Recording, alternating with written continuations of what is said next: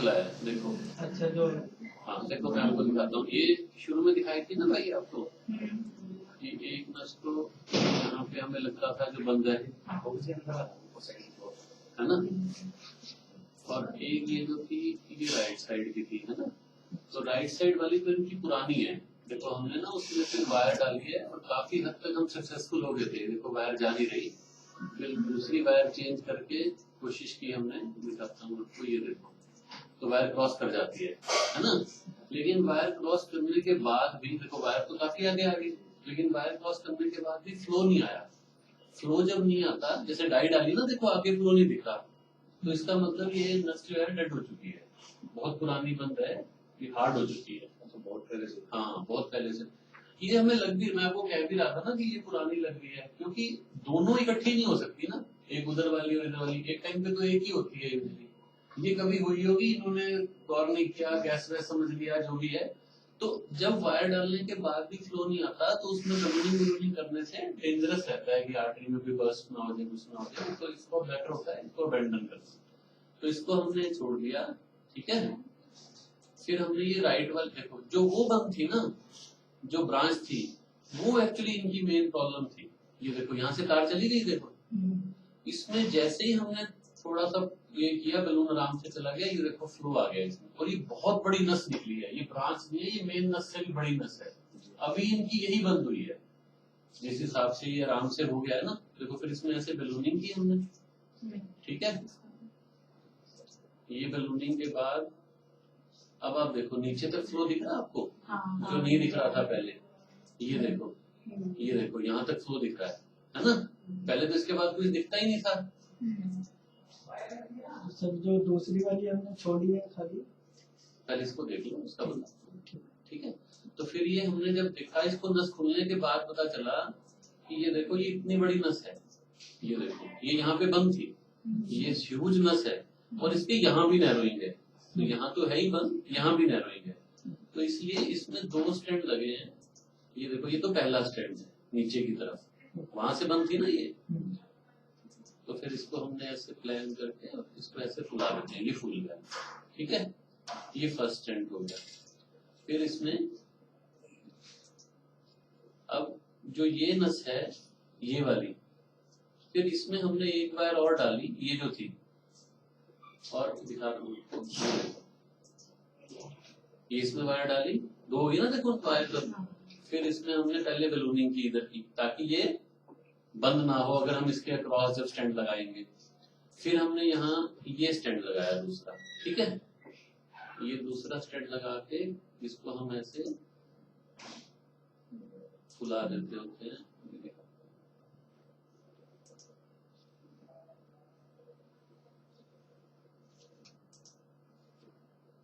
ये ऐसे फुला दिया, ठीक है, समझ गए।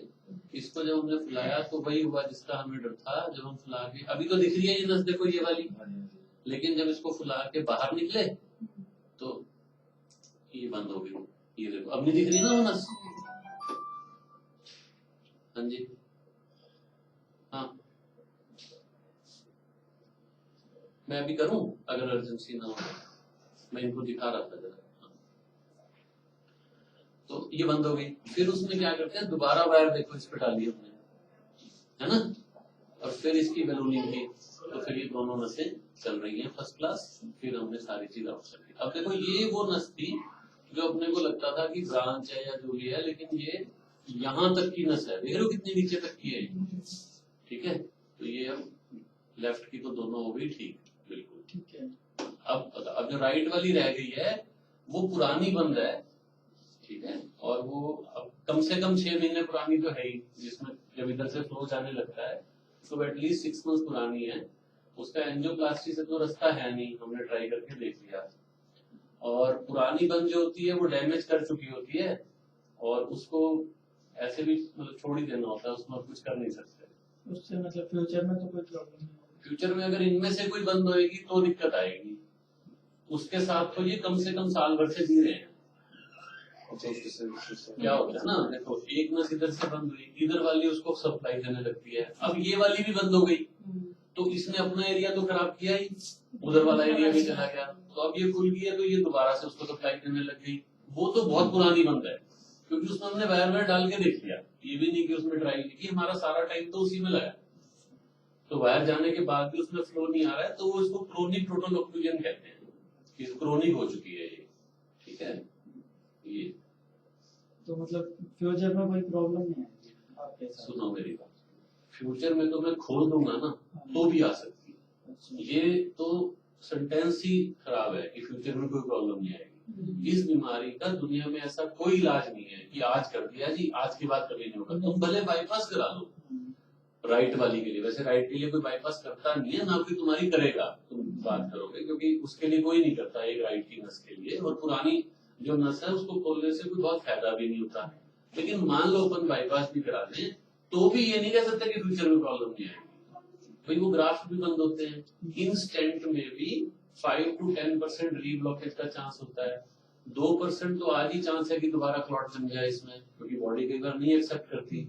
सो ये चीज तो सोचने की है ही नहीं कि फ्यूचर में प्रॉब्लम नहीं आएगी। ठीक है, अगर ये लेफ्ट वाली सही चलती रही तो हाँ, अगर ये हमें दोनों कोई- देखो, आज ये उस सिचुएशन में आ गए जिस सिचुएशन में ये 4-5-7 दिन पहले थे, अच्छा, समझ गए, ठीक है, उसमें चल रहे थे ये, उस सिचुएशन में ये दोबारा आ गए। अच्छा, अब वो जो है वो उस टाइम भी थी और आज भी है, और अब इससे तो कोई सोल्यूशन है नहीं उसका एंजियोप्लास्टी से, क्योंकि हमने सारी तरह से ट्राई कर लिया, हमारी 3 वायर खर्च हो गई इसमें, अच्छा, उसमें तो उसका तरीका है नहीं।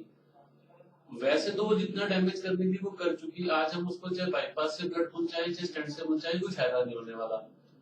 फिर भी एक थैलियम टेस्ट होता है, डॉक्टर नरेश भी कह रहे थे, तुम्हें पक्का ही पता करना है कि उसको खोलने से कोई फायदा होगा नहीं होगा, तो 4-6 हफ्ते रुक के थैलियम टेस्ट करा लेना, उससे ये पता चल जाता है कि वो हार्ट को कोई तकलीफ दे रही है या नहीं दे रही है। ठीक है, उससे पता चल जाएगा। अगर उसमें आता है मान लो कि नहीं वो दे रही है तकलीफ, जिसके चांसेस 1% से ज्यादा नहीं है, 99% नहीं आएगा ऐसा, तो वो टेस्ट में हो जाता है। तो मैं बता दूंगा सर आपको कहाँ होता है कैसे होता है। अगर ऐसा हो जाता है तो उसमें आता है तो फिर अपने को बाईपास भी जाना पड़ेगा, क्योंकि एंजियोप्लास्टी तो हम ट्राई कर चुके हैं, वैसे आएगा नहीं वैसे तो। वो बिल्कुल 0.1% हाँ, चांस है, हाँ, क्योंकि वो तो ऐसा है ना भाई, बहुत कम ही होता होगा। तुम कुछ सोचो ना, जो हमने इतने साल पहले, 1 साल तो मिनिमम हो गया, उसने जो करना था तो कर लिया ना अब तक, अब वो नया क्या करेगी। ठीक है कि नहीं, तो स्टेबल है सब कुछ। हाँ अभी स्टेबल है, लेकिन जो रिस्क है वो ये है कि इसमें दोबारा क्लॉट आ जाए। आज की इसलिए ब्लड थिनर हम 24 आवर कल सुबह तक चला के रखेंगे इनको। दूसरा रिस्क है लॉन्ग टर्म में 5 to 10% ब्लॉकेज का रिस्क है, और ये रिस्क तो है ही कि कहीं और आ जाए ब्लॉकेज, फिर जैसे यहाँ आई है जो लेफ्ट वाली आज हमें ठीक चल रही है वो भी तो बंद हो सकती है, तो स्मोकिंग बंद रखनी है, शुगर है इनको तो देखो ना, अगर शुगर है शुगर कंट्रोल रखनी है, एक्सरसाइज करना है, इतना वजन बढ़ा रखा है, कंटिन्यूस स्मोकिंग है, तो ये सारे रिस्क फैक्टर हाँ है। नहीं वही चीज आप अब ये बता समझ रहे लो हैं कि कि दूसरा आप- अटैक था ये, एक तो पहले राइट से पड़ चुका जो इनको पता नहीं चला, अब ये दूसरा था, पहला तो ये सह गए, दूसरे में इनको देखो कितनी हालत खराब हो गई, तो ऐसे अब तीसरा पड़ेगा तो और सीखोगे, तो उसके लिए हमें अब परहेज, समझ गए। अब आप में से 1-2 जने 10-15 मिनट बाद इधर आ जाएंगे, वो यही रहेंगे इस आईसीयू में। हाँ तो उनसे मिल लेना, वो बिल्कुल होश में है, बात कर रहे हैं, क्योंकि बिना बेहोशी के हो गया है ना, एनेस्थेटिस को हम बुला के रखते हैं कि जरूरत पड़े तो बेहोशी करने पड़े, पर जरूरत नहीं पड़ी, यहीं से सुन करके हो गया, कंफर्टेबल है।